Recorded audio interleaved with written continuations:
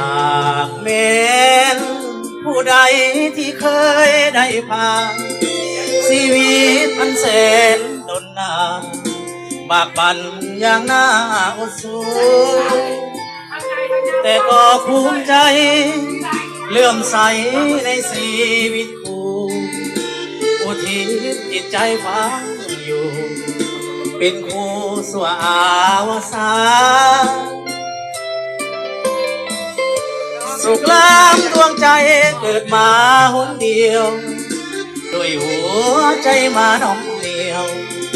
สิ่งเดียวขอปรารถนาเกิดมา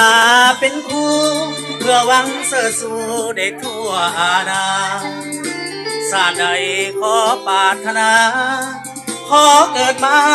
ในชีวิต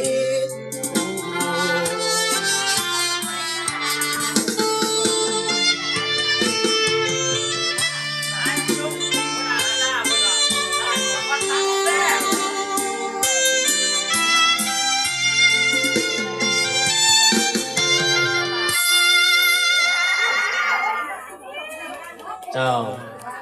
อวยใส่ให้พรปัตตาครูอาจารย์อยู่ดีมีแห้งสุขภาพแข็งแรงเด้ออย่าเจ็บอย่าจนประสบผลสำเร็จอันใดที่เรียกงานทุกทานกันแล้ว